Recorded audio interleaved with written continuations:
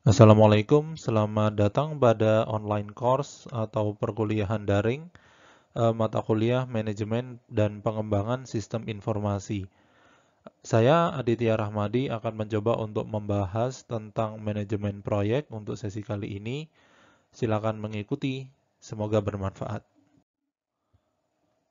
Oke, jadi pada pembahasan tentang manajemen proyek ini akan dibagi menjadi dua tujuan perkuliahan.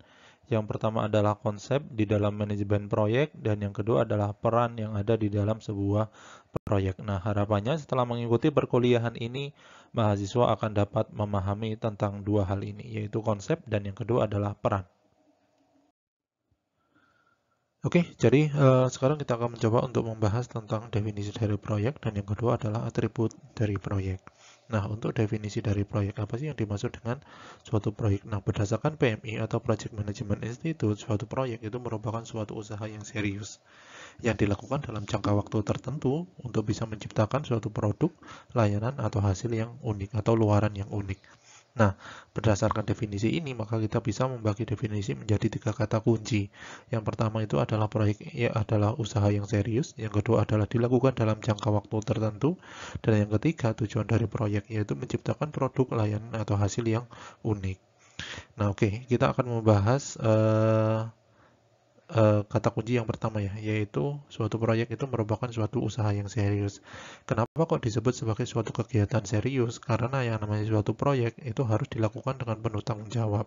Setiap kegiatan yang ada di dalam proyek itu harus dilakukan dan harus dipertanggungjawabkan. Nah, ketika yang namanya kegiatan yang ada di dalam proyek itu dilakukan secara sembrono, yang terjadi apa? Yang terjadi adalah suatu kegagalan. Nah, sebenarnya hal ini sudah pernah diteliti oleh sebuah penelitian yang dilakukan oleh Standish Group pada tahun 1994. Mereka itu meneliti apa? Mereka itu meneliti seberapa tingkat keberhasilan atau kegagalan dari 175.000 proyek yang ada di dalam Amerika Serikat di dalam satu tahun. Nah, hasilnya seperti apa? Ternyata hasilnya menyebutkan bahwa terjadi kegagalan sebanyak 83,9% dari 175.000 proyek tersebut. Nah, berarti sangat besar kegagalan atau tingkat kegagalan yang terjadi di dalam pengerjaan suatu proyek. Nah, hasilnya atau hasil penelitian ini seperti apa, atau solusi yang bisa disimpulkan dari penelitian ini seperti apa, maka untuk bisa eh, yang namanya proyek ini bisa berhasil, maka ada beberapa komponen yang harus dipenuhi. Yang pertama, suatu proyek itu harus memiliki justifikasi atau tujuan yang dapat diukur. Tidak cuma justifikasi atau tujuan itu berupa deskripsi saja, tetapi deskripsi yang ada di dalam justifikasi itu bisa diukur. Contohnya adalah untuk mengembangkan suatu aplikasi pencatatan atau misalkan aplikasi SIAM. Nah, aplikasi SIAM ini ternyata bisa salah satu fitur dari aplikasi ini itu adalah bisa melakukan pencetakan KRS dan KHS secara online. Nah, di sini memiliki tujuan yang namanya aplikasi SIAM ini, yaitu agar yang namanya aktivitas pencetakan KRS dan KHS yang dilakukan oleh mahasiswa itu tidak terlalu lama kalau misalkan diserahkan ke bagian akademik. Ya, kalau misalkan akademiknya itu orangnya banyak. Kalau misalkan akademiknya orangnya terbatas, untuk melayani beberapa ribu siswa atau beberapa ratus siswa, bisa lama kegiatannya.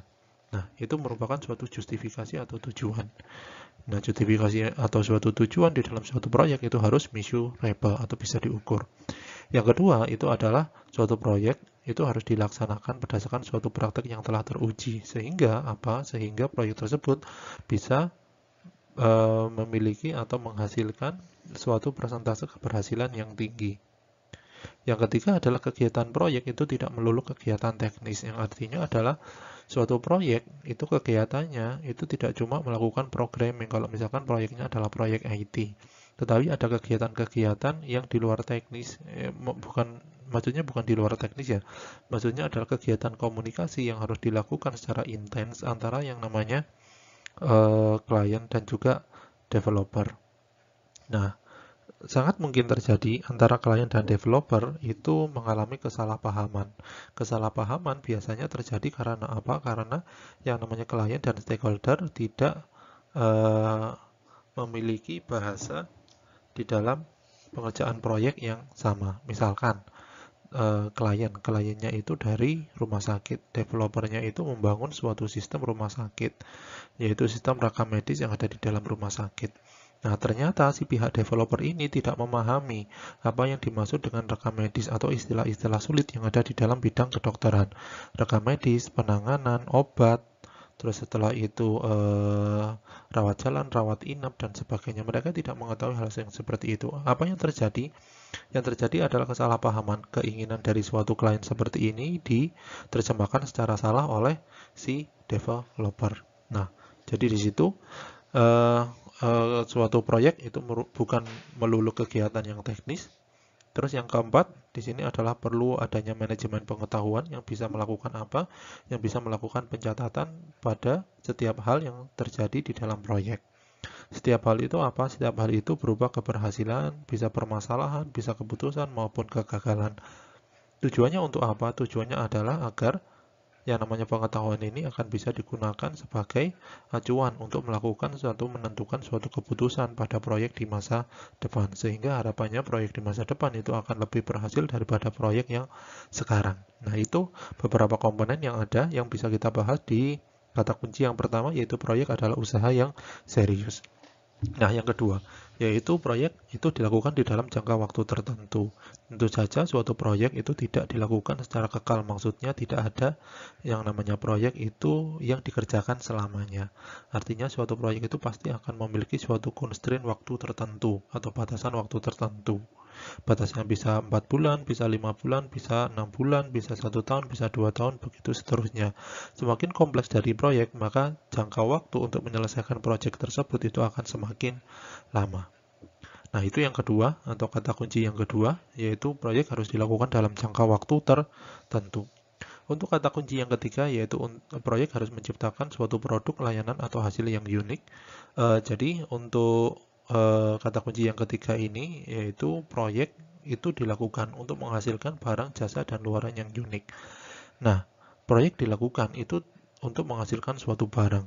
Barang di sini itu bisa berupa perangkat lunak, bisa berupa rumah yang bisa ditinggali, bisa berupa dokumen kajian tentang peraturan yang dikeluarkan di dalam suatu kota, bisa infrastruktur yang ada di dalam suatu gedung, dan sebagainya. Intinya di sini adalah barang yang dihasilkan di dalam suatu proyek itu tidak melulu berupa suatu perangkat lunak, tergantung dari konteks dari proyek yang sedang dikerjakan. Nah, yang kedua adalah suatu jasa. Apa yang dimaksud dengan jasa? Contoh dari suatu jasa itu adalah jasa konsultasi. Jasa konsultasi IT misalkan. Di dalam suatu perusahaan, misalkan mereka ingin membuat suatu arsitektur organisasi, arsitektur bisnis maupun arsitektur data dan informasi. Nah, maka di sini si perusahaan tersebut harus menghubungi jasa konsultan atau konsultan yang ahli atau expert di bidang itu, yaitu di bidang pengembangan atau pembuatan arsitektur dari sebuah organisasi atau arsitektur TI di dalam sebuah organisasi. Yang kedua contohnya adalah bantuan hukum, ya, bantuan hukum, dan yang ketiga adalah pelayanan kesehatan. Terus apa yang bisa kita garis bawahi dari kalimat atau kata kunci yang ketiga ini, yaitu keunikan yang muncul. Nah, kenapa sih yang namanya suatu luaran itu harus unik atau suatu hasil barang dan jasa itu harus unik? Karena di sini bisa kita simpulkan bahwa keadaan lingkungan antara satu proyek dengan proyek lain, yang artinya adalah keadaan lingkungan antara satu organisasi dengan organisasi yang lain, itu yang jelas itu berbeda. Ya, dapat dilihat kalau misalkan suatu organisasi dengan organisasi lain tentunya akan memiliki style pimpinan atau kepemimpinan yang berbeda. Tentunya memiliki yang namanya suatu budaya yang berbeda, tentunya memiliki suatu staf yang berbeda. Karena itu antara satu proyek dengan proyek yang lain yang dikerjakan pada organisasi yang berbeda pasti akan membutuhkan pendekatan yang beragam. Yang tidak bisa kita lakukan itu adalah kita menggunakan satu pendekatan saja untuk bisa menyelesaikan seluruh proyek di dalam organisasi yang berbeda. Nah, itu terkait dengan definisi dari proyek. Jadi di sini Bagaimana kita membahas definisi dari proyek? Yang pertama adalah kita membahas tentang apa sih arti harfiah dari definisi proyek tersebut. Yang kedua, setelah itu kita akan mencoba untuk melihat kata-kata kunci yang ada di dalam proyek. Ternyata kita dapatkan 3 kata kunci. Yang pertama adalah proyek adalah suatu usaha yang serius. Yang kedua adalah dilakukan dalam jangka waktu tertentu. Dan yang ketiga adalah tujuannya adalah untuk menciptakan produk, layanan, atau hasil yang unik. Oke, jadi kita sudah membahas dan mendetailkan tiap-tiap kata kunci yang ada tadi. Sekarang kita akan mencoba untuk membahas tentang atribut yang ada di dalam suatu proyek. Nah, atribut di dalam suatu proyek itu dikenal ada 9 atribut. Yang pertama adalah time frame, yang kedua adalah purpose, yang ketiga adalah ownership, yang keempat adalah resource, kelima adalah roles, yang keenam adalah risk and assumption, yang ketujuh adalah interdependent task, yang kedelapan adalah organizational change, yang kesembilan adalah organizational environment. Nah, oke, kita akan mencoba untuk membahas time frame atau atribut yang pertama. Nah, oke, sebelum kita membahas tentang time frame, kenapa sih kita perlu untuk membahas tentang atribut yang ada di dalam suatu proyek? Atribut yang ada di dalam suatu proyek ini akan membedakan antara proyek dengan objek-objek yang lain, sehingga atribut-atribut ini akan memberikan keunikan yang hanya ada di dalam suatu proyek. Oke. Sekarang kita akan membahas time frame. Apa yang disebut dengan time frame? Jadi proyek itu pasti akan memiliki suatu batasan waktu. Tidak ada suatu proyek yang kekal dikerjakan selamanya seperti yang sudah kita sebutkan dan kita diskusikan tadi.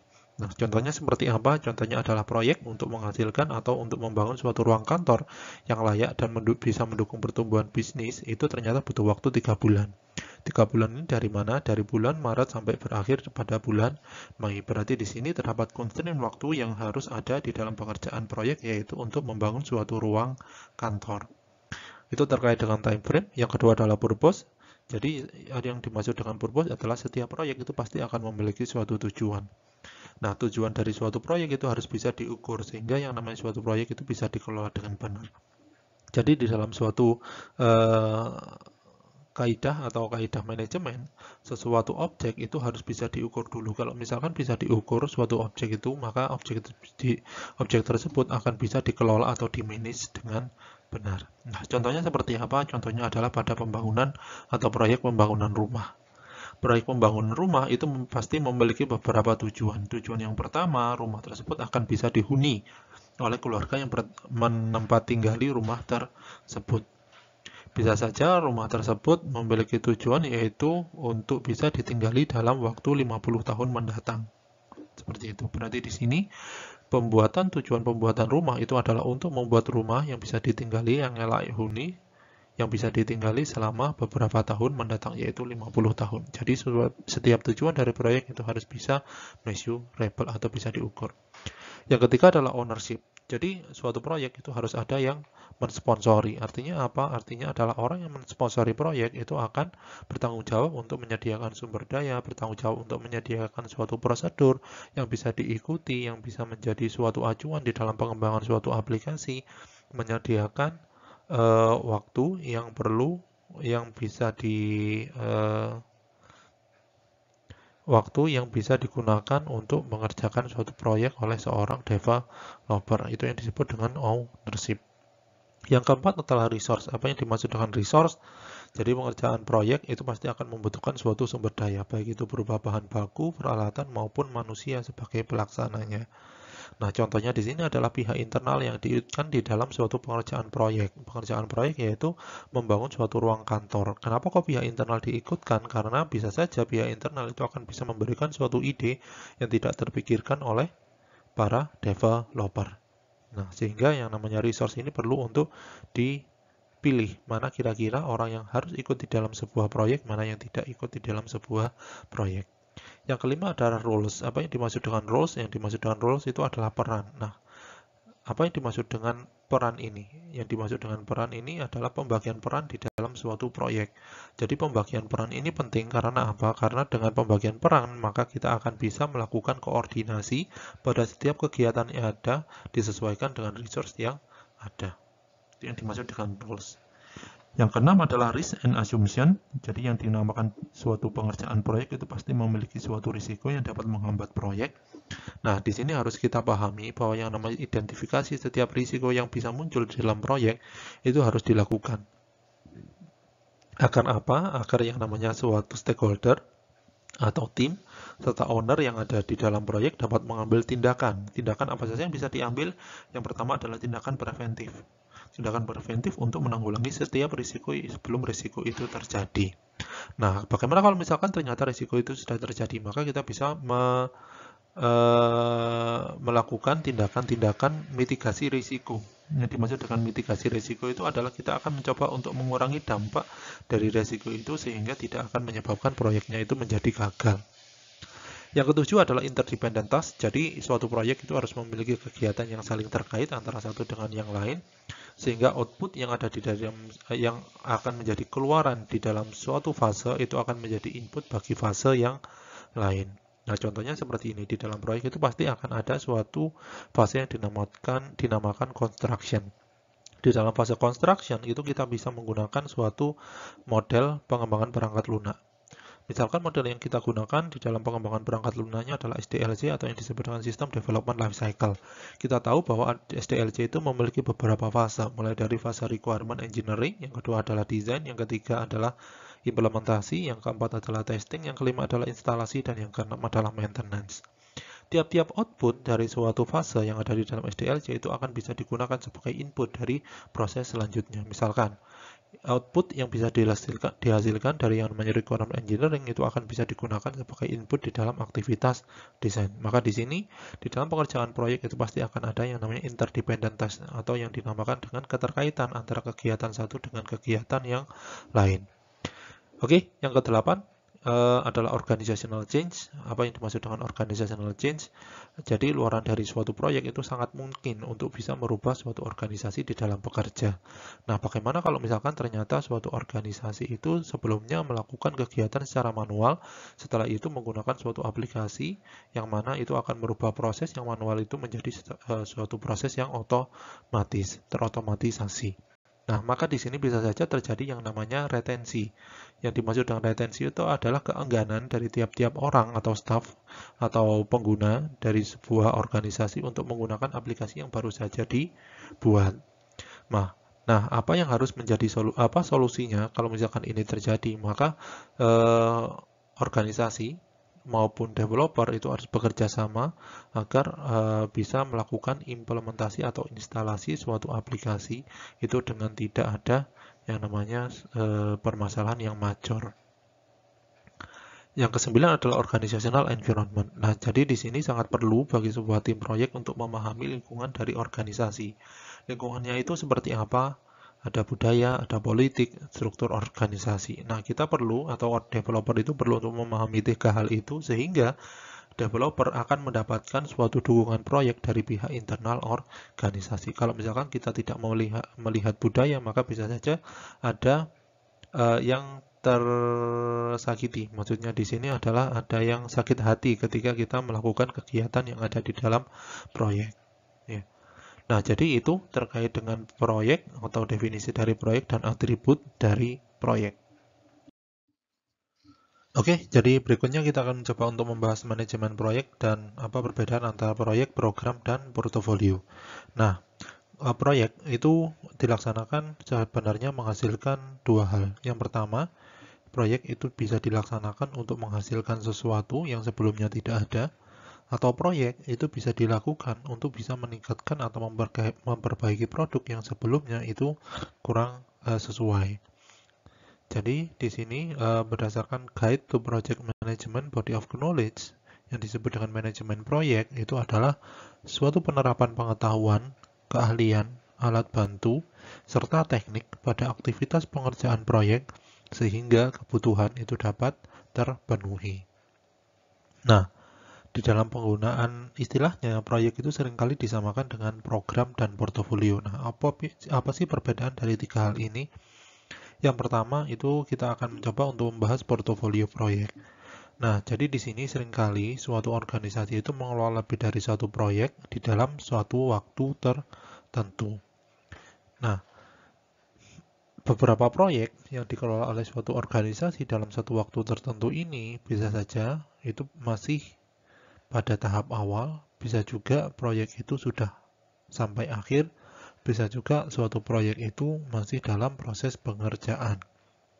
Nah, jadi kita menggunakan suatu konsep portofolio ini diambil dari konsep yang ada di dalam investasi keuangan.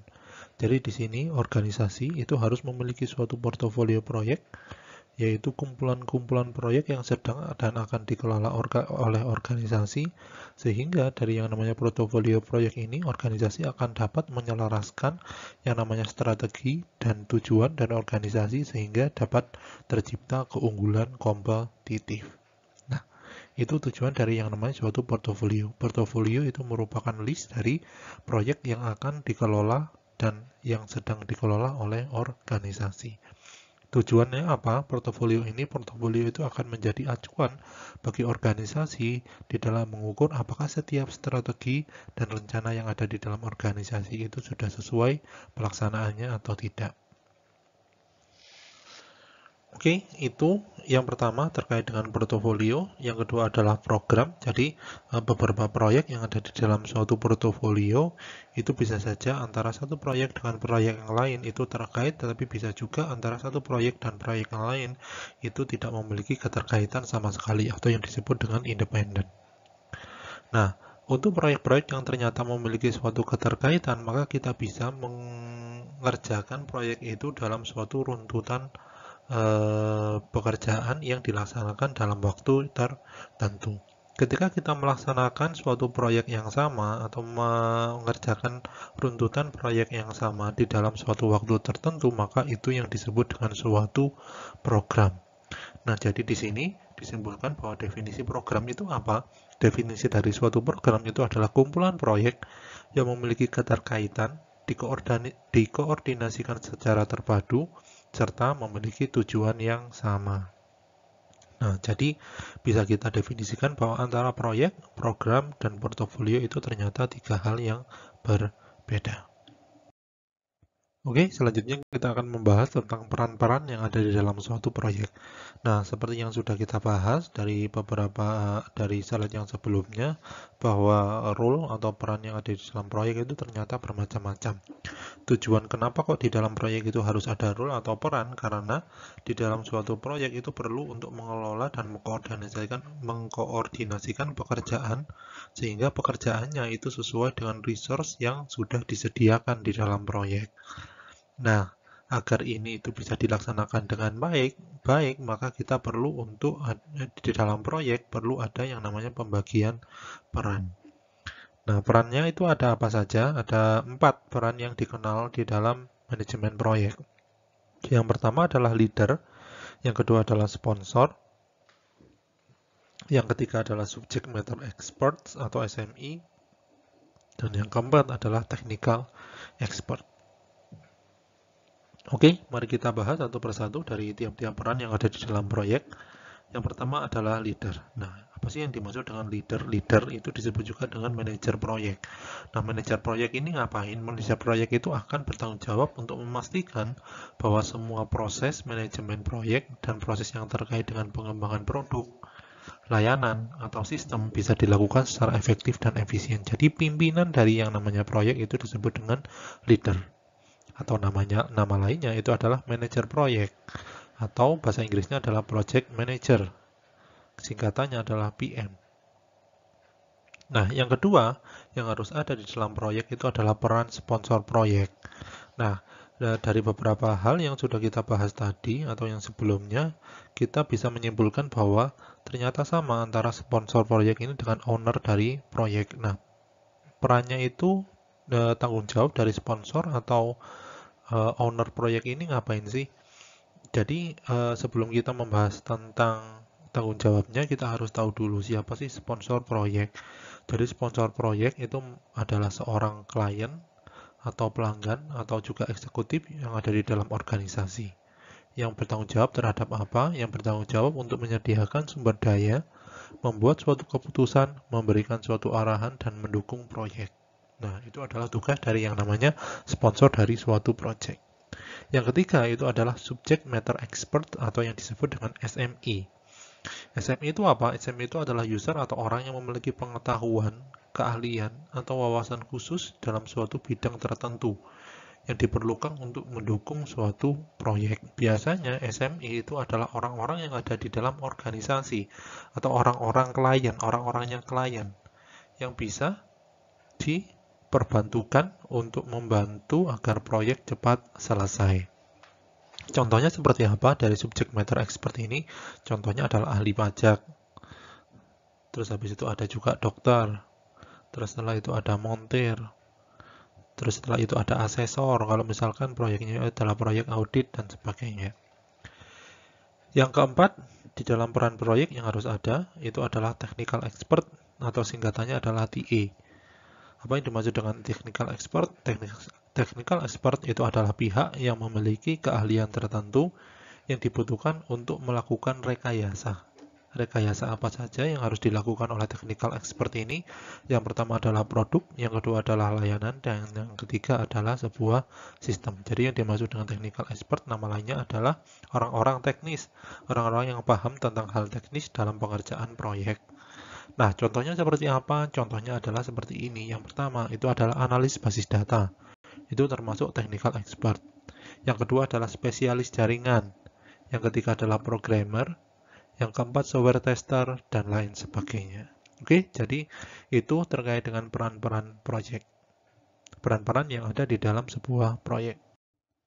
Oke, jadi selanjutnya kita akan mencoba untuk melihat peran dari manajer proyek, terus skill set atau keahlian yang dibutuhkan oleh seorang manajer proyek, dan yang terakhir kita akan melihat apa sih definisi dari stakeholder yang ada di dalam manajemen proyek. Nah, jadi salah satu peran yang ada pada proyek itu adalah pimpinan proyek atau yang disebut dengan leader. Nah, pimpinan proyek ini itu dipegang oleh pihak yang disebut dengan manajer proyek atau PM atau project manager.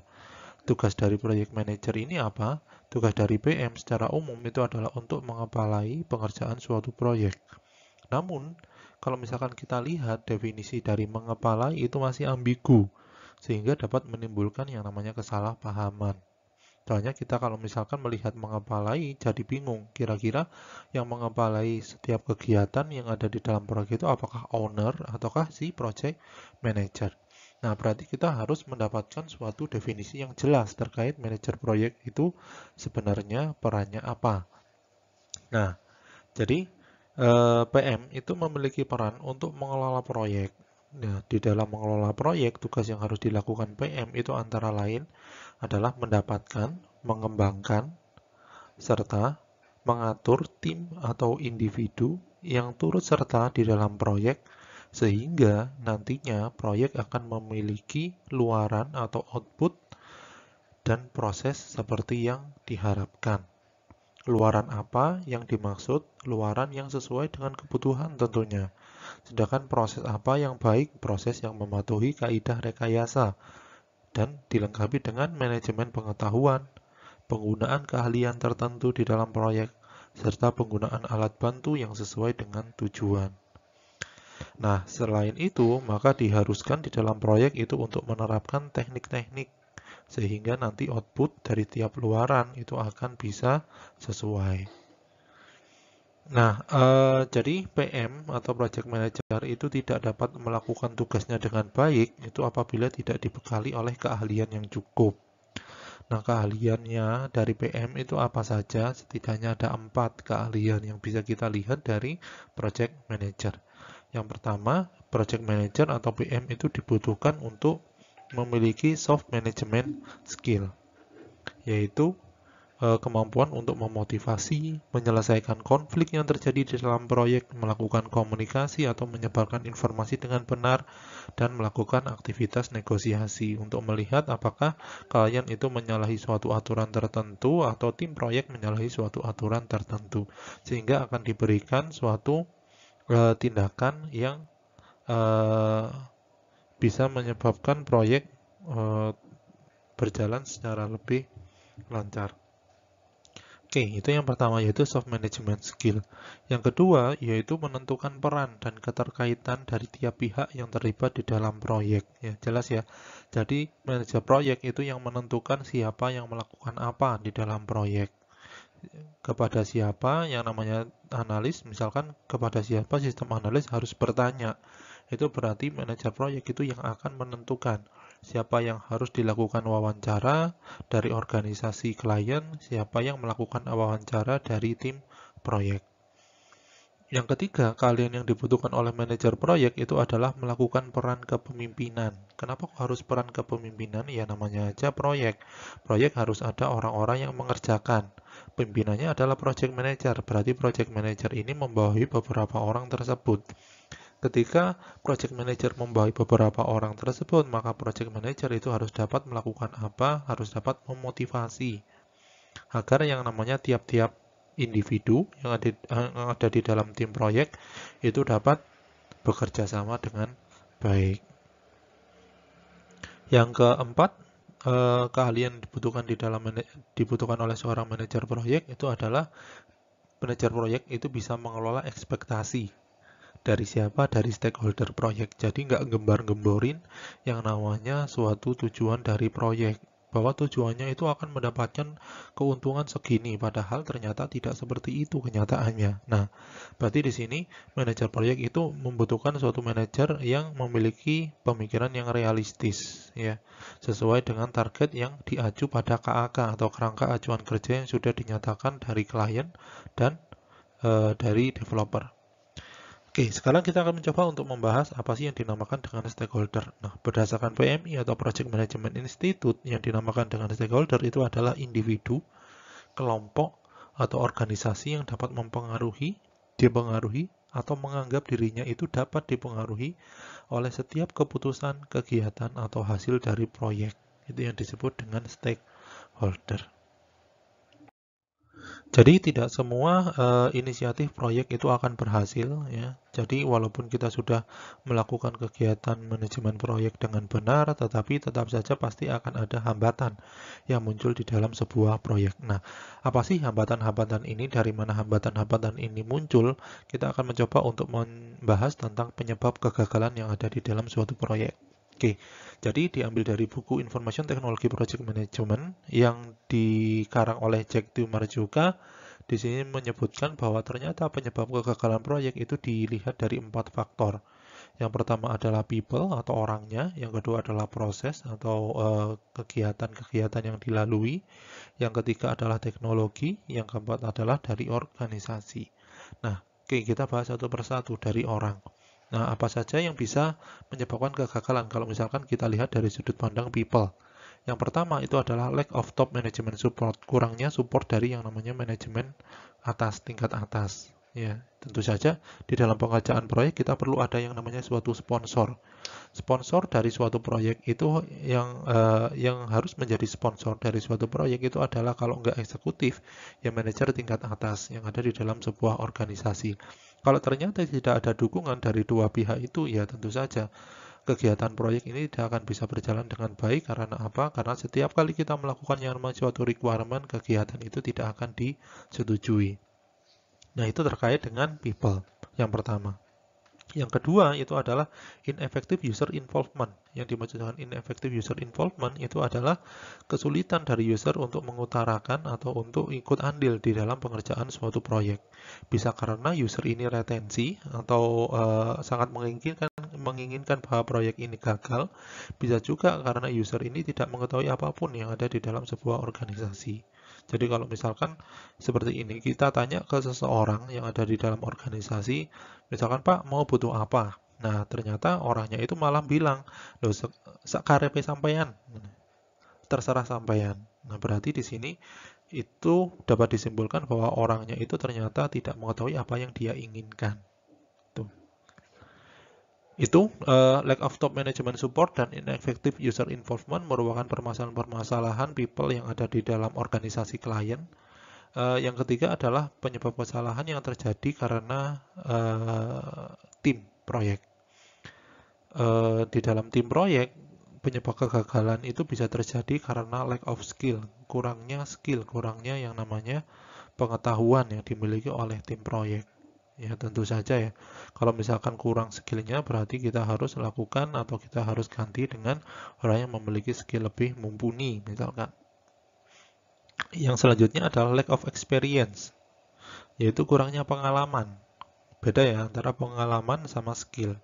Kalau skill itu mungkin maksimalnya dia itu cuma bisa seperti itu. Kalau experience dia masih membutuhkan yang namanya pengalaman, misalkan 1 sampai 2 tahun agar dia itu bisa mencapai skill yang kita inginkan. Ya, jadi lack of experience. Kalau misalkan ternyata tim proyek atau salah satu staff yang ada di dalam proyek itu lack of experience atau kurang pengalaman, ya berarti kita perbanyak pengalaman dari mereka. Atau setidaknya kita bisa melakukan kegiatan training untuk memperbanyak pengetahuan dari si staff tadi. Nah, oke, jadi itu terkait dengan people atau orang yang bisa menyebabkan kegagalan dari proyek. Yang kedua dari proses. Nah, bagaimana proses ini bisa menyebabkan kegagalan dari proyek? Proses yang tidak terdefinisi dengan baik, tujuan yang tidak terdefinisi dengan baik, dan objektif yang tidak terdefinisi dengan baik, itu akan menyebabkan kegagalan di dalam suatu manajemen proyek. Ya, tentu saja ya. Jadi, kalau misalkan manajemen proyek ini ternyata tidak menghasilkan suatu justifikasi yang benar, maka kita akan kesulitan. Proyek itu akan mengarah atau tujuannya akan kemana. Ya, hasil akhirnya akan dibawa kemana. Apakah suatu proyek itu sudah memenuhi kebutuhan atau tidak, itu tidak akan jelas. Kalau misalkan suatu goals dan objektif dari proyek itu tidak terdefinisikan dengan baik. Yang kedua, di dalam prosesnya, itu yang bisa bermasalah itu adalah planning atau perencanaannya. Ya, jadi di dalam suatu pengerjaan proyek atau manajemen proyek itu ternyata ada beberapa langkah. Yang pertama adalah initiation, yang kedua adalah construction, perencanaan atau planning, yang ketiga adalah construction, dan yang keempat itu adalah closing. Ya, jadi itu 4 metodologi yang ada di dalam manajemen proyek. Nah, di dalam planning ditentukan kira-kira estimasi biayanya seperti apa. Ya. Jadi planning itu menentukan estimasi biaya yang ada di dalam pengerjaan proyek. Selain estimasi biaya, juga ditentukan yang namanya work breakdown struktur. Atau kira-kira pekerjaan apa saja yang harus diselesaikan di dalam kegiatan proyek. Bagaimana kalau misalkan ternyata work breakdown strukturnya tidak merepresentasikan sesuatu kebutuhan dari user? Ya tentu saja kita akan melakukan kegiatan yang salah. Proyek itu sudah berjalan, tetapi apa yang kita lakukan salah. Itu ya. Tentang poor planning. Nah, oke, kita bahas tentang komponen yang ketiga yaitu teknologi. Ya, teknologi ini juga bisa menjadi permasalahan jika teknologi ini obsolete. Yang dimaksud dengan obsolete itu adalah teknologinya sudah ketinggalan zaman. Yang kedua adalah unproven, yaitu teknologi itu belum terbukti bahwa bisa menghasilkan sesuatu yang baik bagi organisasi atau bisa mendukung suatu efisiensi dan efektivitas proses di dalam organisasi. Itu yang dimaksud dengan unproven, belum terbukti. Yang ketiga itu adalah incompatible, yang artinya teknologi itu tidak sesuai dengan sistem yang ada di dalam organisasi. Kalau ternyata teknologi itu tidak sesuai dengan sistem yang ada di organisasi, maka kita akan bisa mensolusikannya dengan menggunakan beberapa hal. Salah satunya adalah dengan menggunakan integrasi data. Oke, terus yang terakhir adalah organisasi. Nah, di sini permasalahan yang ada di dalam organisasi itu adalah salah satu contoh yang bisa menghambat pekerjaan proyek, itu adalah changing priorities atau prioritas yang berubah. Ya, prioritas ini bisa berubah. Jadi, yang namanya suatu pengerjaan proyek itu akan bisa terkendala jika prioritas dari organisasinya itu berubah. Nah, kapan prioritas ini bisa berubah? Bisa jadi karena ada pergantian pimpinan. Ya. Jadi, sebelumnya proyek ini sudah mendapat persetujuan dari pimpinan A, ternyata pada saat pelaksanaan proyek, pimpinan A diganti oleh pimpinan B. Sehingga pimpinan B itu tidak setuju dengan pelaksanaan proyek, maka proyeknya bubar. Seperti itu. Yang kedua adalah birokrasi. Ya, jadi birokrasi ini juga akan bisa menyebabkan suatu manajemen proyek atau proyek itu gagal. Birokrasi yang terlalu berbelit-belit itu akan bisa menyebabkan kegiatan proyek itu dilakukan dengan sangat lama. Ya, kita cuma melakukan, saya cuma ingin wawancara ke kepala dinasnya, Pak. Loh, ternyata kepala dinasnya harus sebelum wawancara ke kepala dinas, kita harus izin dulu ke KBT misalkan, kepala bidangnya. Sebelum wawancara, sebelum izin dulu ke kepala bidang, kita harus izin dulu ke kasih atau kepala seksi. Nah, jadi di sini terlalu berbelit-belit yang namanya suatu birokrasinya, sehingga pengerjaan proyek itu tidak selesai-selesai. Nah, oke, jadi itu terkait dengan penyebab kegagalan proyek. Penyebab kegagalan proyek, ingat, dilihat dari 4 sudut pandang. Yang pertama, karena people-nya. Yang kedua, karena proses. Yang ketiga, karena teknologi. Dan yang keempat, karena organisasi itu sendiri. Baik, kita sampai ke pembahasan yang terakhir, yaitu apa yang harus kita lakukan agar yang namanya proyek ini bisa berhasil. Setidaknya ada 4 sudut pandang yang harus kita perhatikan agar yang namanya proyek perangkat lunak atau proyek apapun itu bisa berhasil. Yang pertama adalah value driven approach, yang kedua adalah socio-technical approach, yang ketiga adalah project management approach, dan yang terakhir adalah knowledge management approach. Tiap-tiap pendekatan ini bisa dipadu-padankan antara satu dengan yang lain, jadi tidak penggunaan pendekatan ini tidak saling terpisah antara satu dengan yang lain. Oke, kita akan bahas mulai dari value driven approach. Apa yang dimaksud dengan value driven approach? Nah, pada pendekatan ini kita akan melihat keberhasilan proyek itu dilihat dari kemampuan luaran proyek di dalam mendeliver nilai ke stakeholdernya. Ya, jadi, apakah yang namanya suatu luaran, misalkan luarannya adalah suatu perangkat lunak, apakah memang perangkat lunak itu bisa mengefisiensikan waktu? Kalau misalkan bisa mengefisiensikan waktu sampai misalkan 10%-nya, maka itu akan disebut bahwa proyek itu sudah berhasil. Jadi dilihat dari apakah suatu proyek atau luaran dari proyek bisa memberikan nilai bagi stakeholder atau tidak. Itu yang disebut dengan value driven approach. Yang kedua adalah socio-technical approach. Apa yang dimaksud dengan socio-technical approach? Yang dimaksud dengan socio-technical approach kita melihat dari profesional IT. Ya, biasanya profesional IT itu tidak mau berhubungan dengan klien. Kenapa? Karena akan selalu disuruh-suruh. Ya.